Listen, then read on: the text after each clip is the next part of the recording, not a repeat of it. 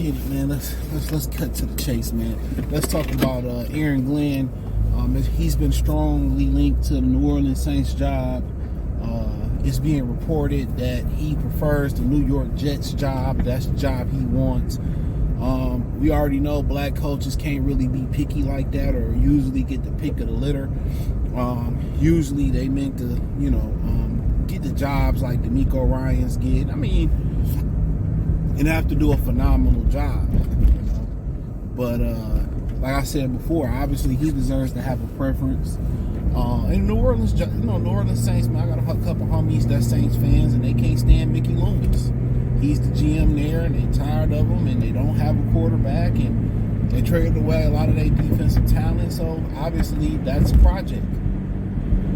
New York, they got talent. The defense is intact, but that's another thing to tackle. He played for the Jets. He was a really good corner. I remember Aaron Glenn. Check out the Detroit Lions Talk playlist. Thumbs up the video, share the video, subscribe to the channel. So, for him, New York is a great opportunity to grow his brand if he can be successful. There's a lot of pieces in place. I don't know what his relationship is. Let me slow down. Somebody almost hit it near yesterday. I don't know what his relationship is with Woody Johnson, the owner, and that'd be a great question to ask. What his relationship is. But if it's good and he get control and he ain't got to deal with some of the reported BS, yeah, and he can, get a control of Aaron Rodgers. I just heard Alex Anzalone says he's an equal, to Dan Campbell as far as how he run his ship. So if he gonna, be able to get full control and run his ship like he, Dan was able to get full control of Detroit and run his ship, why wouldn't you? That's all they need is a little kick in the butt. But if you're going to be micromanaged and you're going to have Woody Johnson, sons or nephews, whoever that is, micromanaging you, then, I would say, I'm looking and I'm like, damn, I can't really see, but it looked like it's like a mini bike. And it is. It's a mini bike where he is looking like Bubble Boy. Because it's cold. It's a mini bike where he's looking like Bubble Boy. This is kind of insane.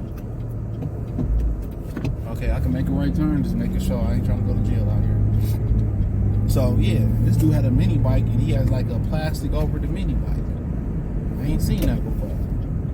So I really couldn't see him. I'm like, damn, this nigga like Bubble Boy on a bike. Oh man. But you gotta do what you gotta do, right? It's cold as hell too. It's like 16, 15 degrees. But he need to put some LED flashing lights or flashing lights on this thing because I really couldn't see him. But yeah, like I said, he had full control, and I understand that's his destination. I think he turned down the Patriots job because everybody knew Mike Vrabel was going to get that job. So I think he's a great coach for them. So we'll see, man. You got to deal with Josh Allen twice a year, and that's cool because you got the horses to do so. So if you can make your mark in that organization with the Jets, and and they've been abysmal ever since Joe Namath won the Super Bowl. And if you can make your mark there, like Dan Campbell did in Detroit, you could be the king of New York forever. So, why wouldn't you want to be? So, it's a greater market, better opportunity. So if he can get the job, they can't interview him until after their season is over with. So we'll see.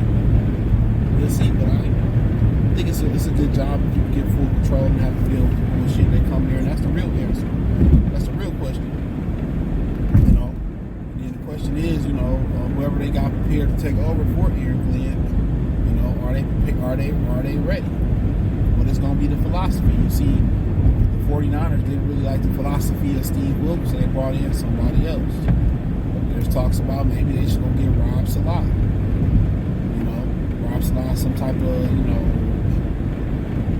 consultant for the Packers right now. So, I don't know. Calvin Shepard is, supposedly according to Aaron Glenn, he's grooming him to take over to be the head coach.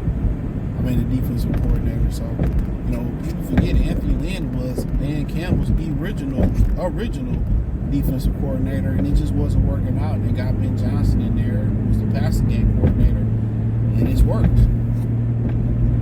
It's freaking worked. So, I mean, coordinators are important, but being a great coordinator don't mean you're going to be a great head coach. Calling plays, that's just a small part of it.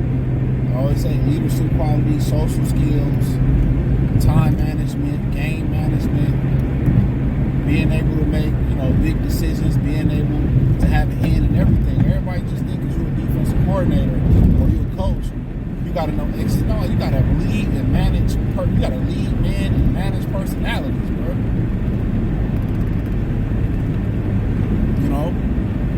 So I think he'd be perfect, man, for it. Played in the locker room before, coached in the locker room. If he go to the Jets, he's gonna be going with a team with a lot of talent on both sides of the ball. Can he fix the issues in that organization? You can't let the players run the organization. You gotta have a strong figurehead.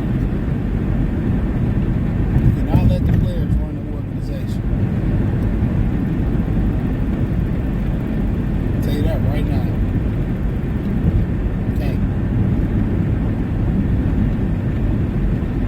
They start having to say so about who stays, who get fired, this, that, and the third. Then you have an issue with. Who knows? Dallas may be interested. Did he play for Dallas? I'm not sure if he played for Dallas. I feel like he played for Dallas. Dallas may be interested. Maybe Chicago want to talk to him. We just never really freaking know. But it seemed like he's the lead guy for the Saints. Allegedly or reportedly, he wants the Jets job. Be successful in New York, man. That's huge. Marketing hate right there. That'd be huge for them. So it just seemed like that team morale ain't where it should be. So kind of like Aaron Rodgers, kind of they kind of get really they really submitted to his greatness and. We see that, we see why Green Bay didn't listen to him for job, for draft advice, free agent advice. We see why. He's not have great leadership qualities from the outside looking in. So saying that all these quarterbacks are great leaders, all quarterbacks aren't great leaders. We're seeing that with him, but nonetheless, man, we'll see what happens with Southgate.